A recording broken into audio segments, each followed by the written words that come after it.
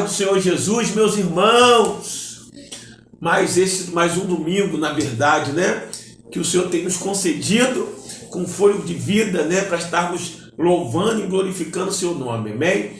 Nós estamos aqui dando continuidade a esse estudo sobre, né, sobre o casamento, que na verdade estamos praticamente falando mais sobre família em geral, né? E o casamento é uma ramificação dessa família, desse casamento, amém, né? Uma coisa está atrelada à outra, né? Amém? Então eu quero te convidar a você estar conosco, assistindo até o final, né? Mais um pouco, né, desse estudo sobre casamento, sobre família, e eu acredito que você vai ser edificado como tem sido das outras vezes. Amém? Fique conosco até o final.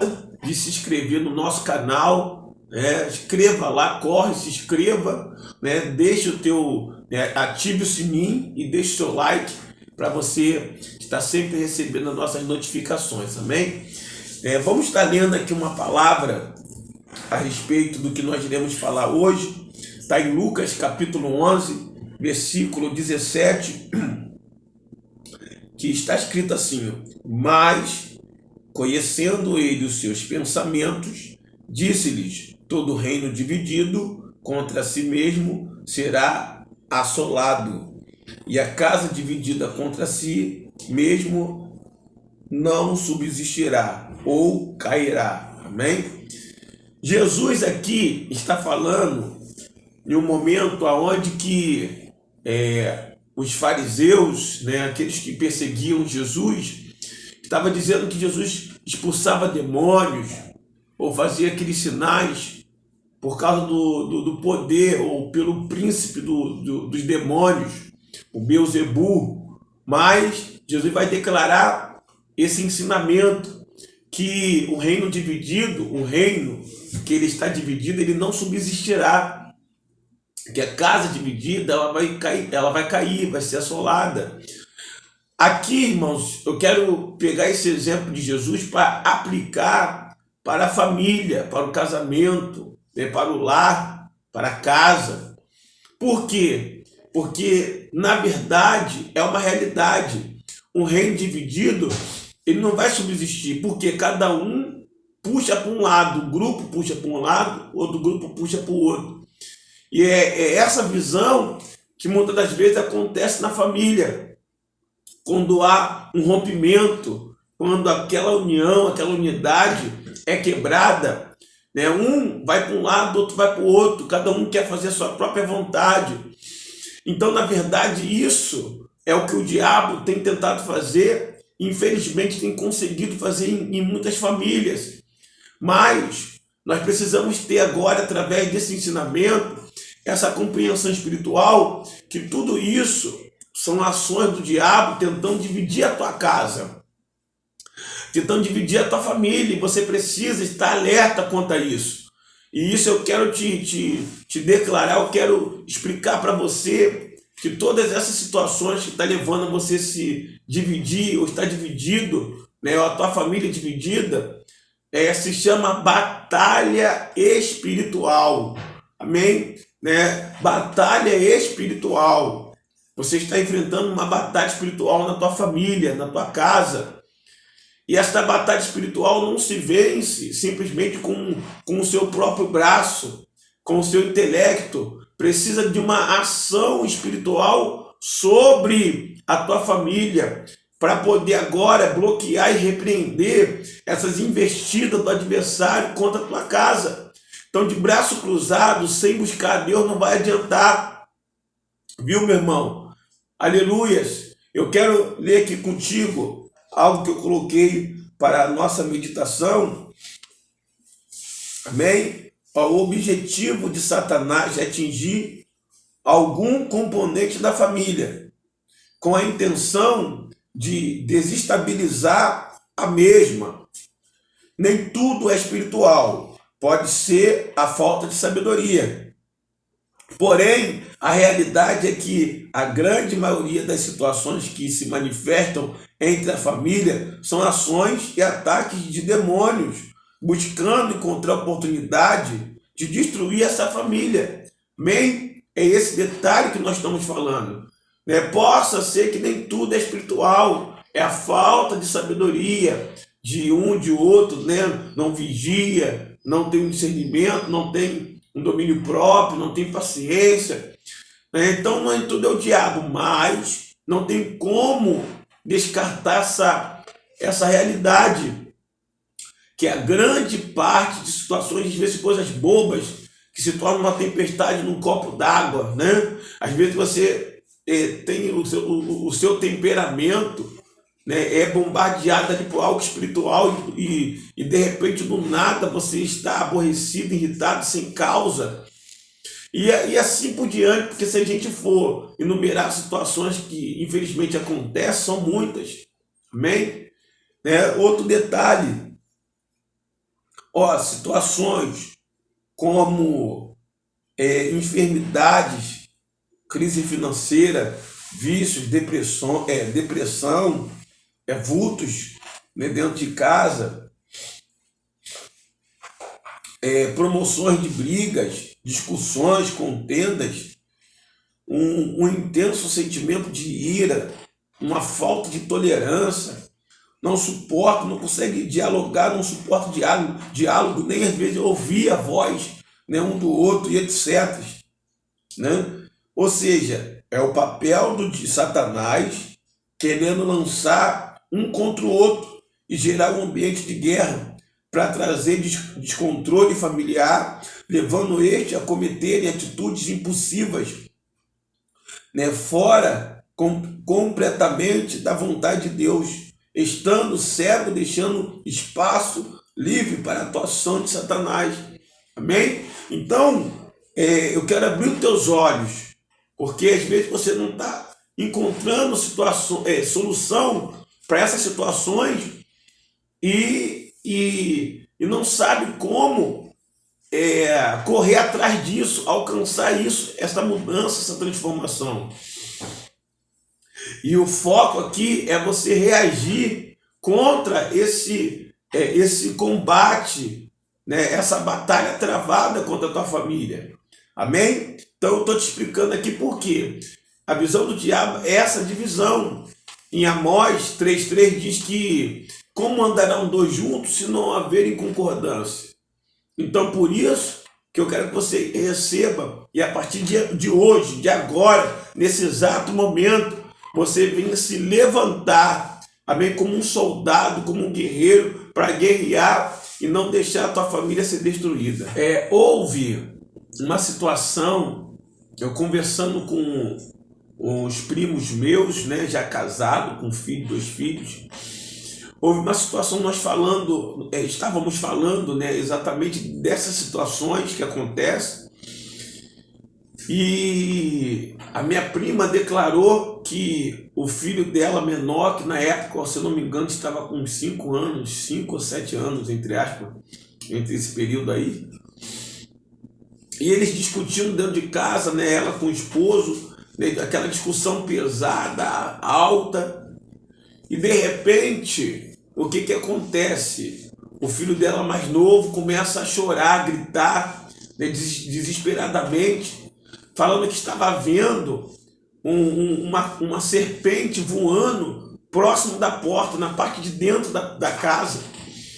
E o esposo dela, né, até pensando que a criança estava inventando, né, por causa da briga em si, mas foi tanto o desespero da criança que eles perceberam que não era uma invenção.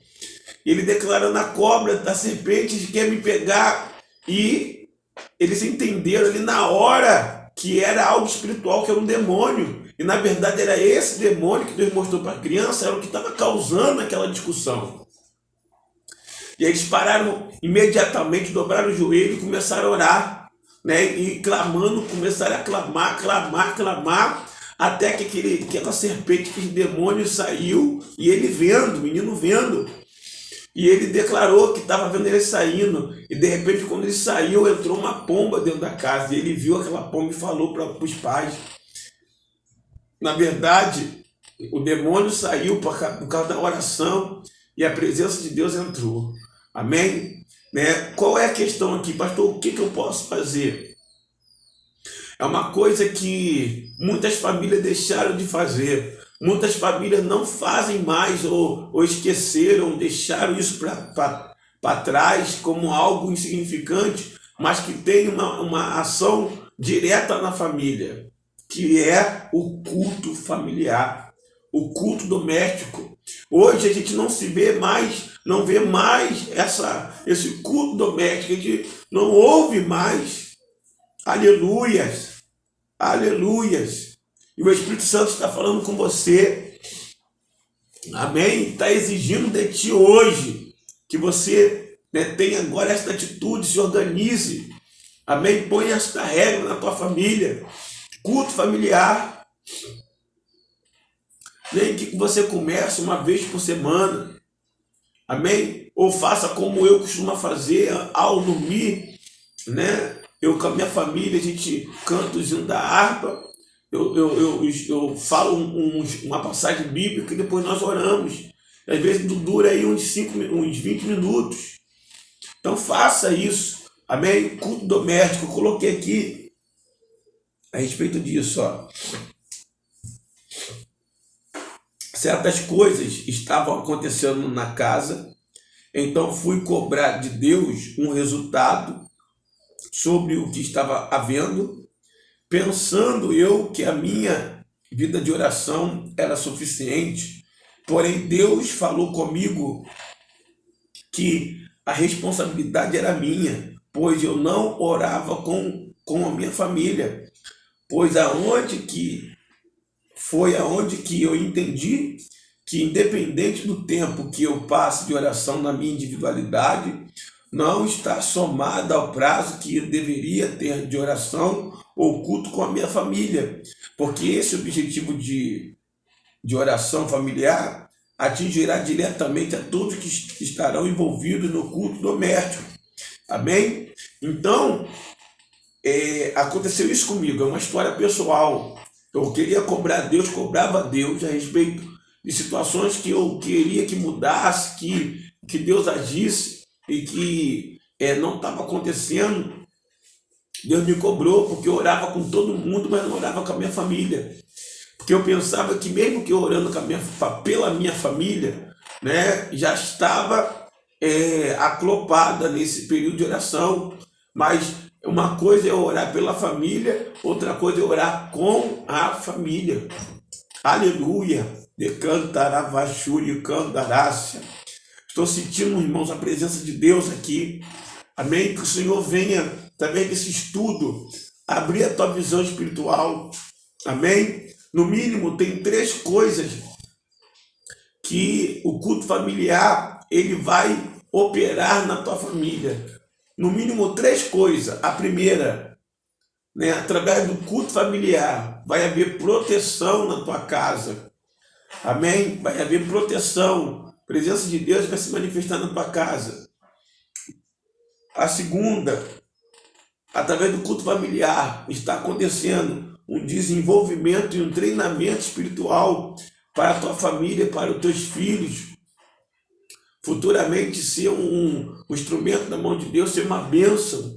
Amém? Através do que você estará ensinando eles. E a terceira, através do culto familiar, você está santificando tua família. Amém? Isso tudo tem um exemplo bíblico.